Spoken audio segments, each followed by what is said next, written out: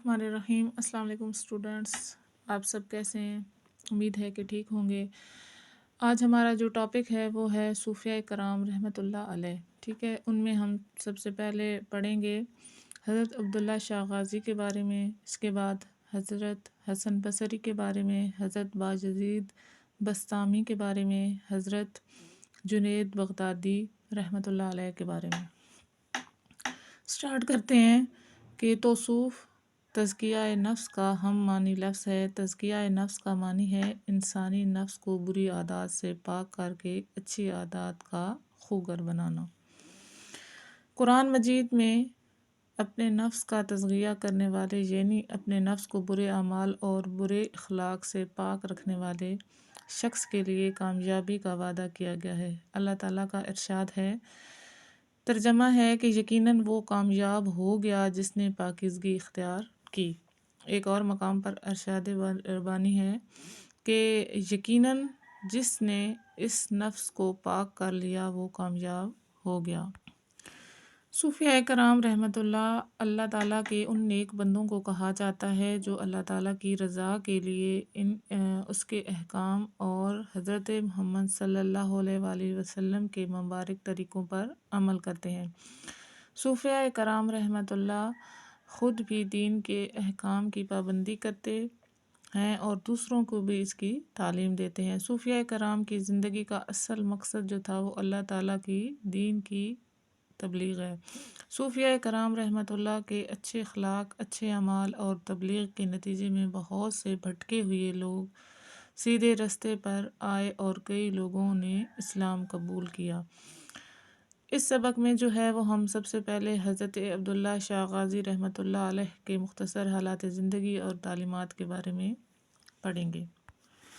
سب سے پہلے حضرت عبداللہ شاہ غازی رحمۃ اللہ علیہ کے حضرت عبداللہ شاہ غازی رحمۃ اللہ کراچی کے نہایت معروف و برگزیدہ ولی اللہ ہیں اور ان کا مزار جو ہے وہ کلفٹن کراچی میں واقع ہے۔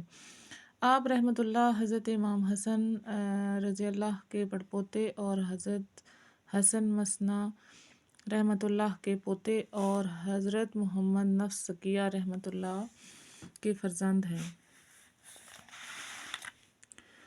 سن 720 میں مدینہ منورہ میں ولادت ہوئی اور آپ رحمۃ اللہ سندھ میں تقریباً 760 میں تشریف لائے اور اپنے ساتھ بہت زیادہ مقدار میں گھوڑے لائے تھے جو انہوں نے کوفہ اور عراق سے خریدے تھے۔ حضرت عبداللہ شاہ غازی رحمۃ اللہ کی سب سے بڑی کرامت سمندر کے قریب مزار کے نیچے میٹھے پانی کا چشمہ ہے۔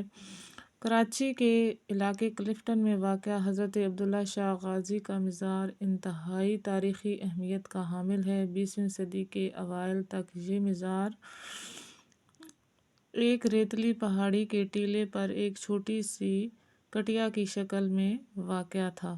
نئی تعمیر کے بعد اس وقت جو ہے مزار اقدس کا سبز اور سفید دھاری دار گنبد کراچی کی شناخت بن چکا ہے۔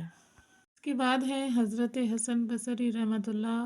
حضرت حسن بصری حضرت عمر فاروق رضی اللہ کے زمانۂ خلافت 21 ہجری میں پیدا ہوئے۔ حضرت عمر فاروق نے اپنے ہاتھ سے ان کو گھٹی دی اور ان کا نام جو ہے وہ حسن رکھا۔ حضرت عمر فاروق رضی اللہ نے ان کے حق میں دعا فرمائی کہ اے اللہ اسے دین کے علم کا ماہر بنا اور لوگوں میں محبوب بنا۔ حضرت حسن بصری رحمۃ اللہ شروع میں جواہرات کا کاروبار کیا کرتے تھے، اس لیے حسن لؤلؤی کے نام سے مشہور تھے۔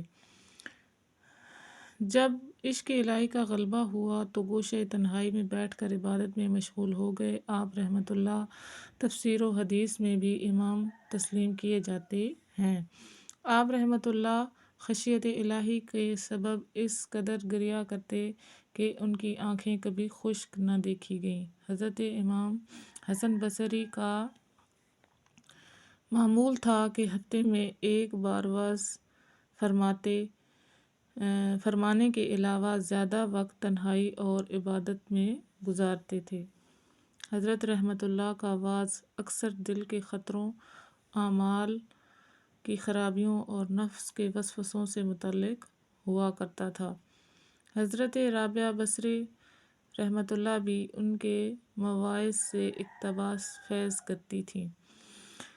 حضرت بلال بن ابی بردہ رحمۃ اللہ فرمایا کرتے تھے کہ میں نے حسن بصری رحمۃ اللہ سے زیادہ کسی کو صحابہ کرام سے مشابہ نہیں پایا۔ یکم رجب المرجب 110 ہجری 89 سال کی عمر میں بصرہ عراق میں انتقال کیا۔ آپ کا مزار جو ہے وہ بصرہ سے 9 میل مغرب کی طرف واقع ہے۔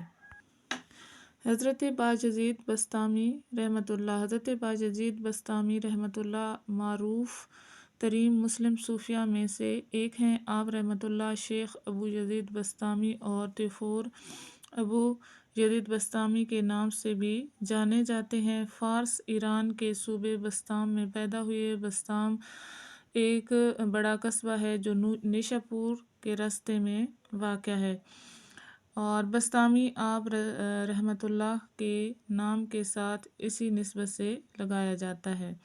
حضرت باجزید بسطامی نے دنیا ترک کر دی اور 12 سال تک ریاضت کی۔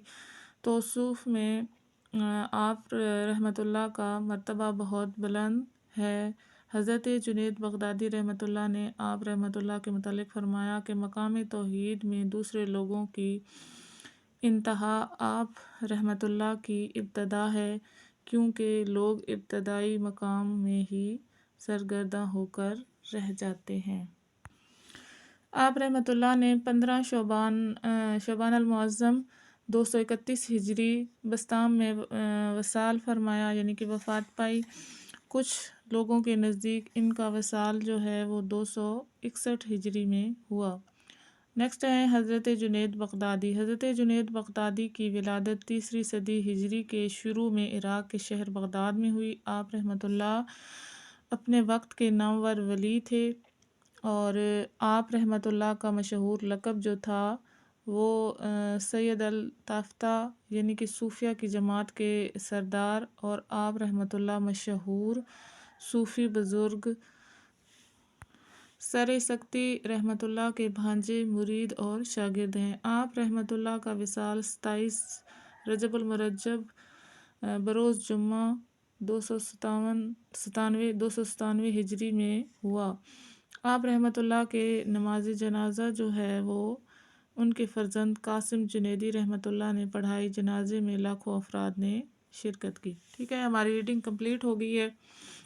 ہم نے آج پڑھا صوفیاء کرام کے بارے میں۔ ٹھیک ہے، صوفیاء کرام اللہ کے ولی ہوتے ہیں، اور وہ خود بھی یعنی کہ تزکیہ نفس کرتے ہیں اور دوسروں کو بھی برے کاموں سے روکتے ہیں۔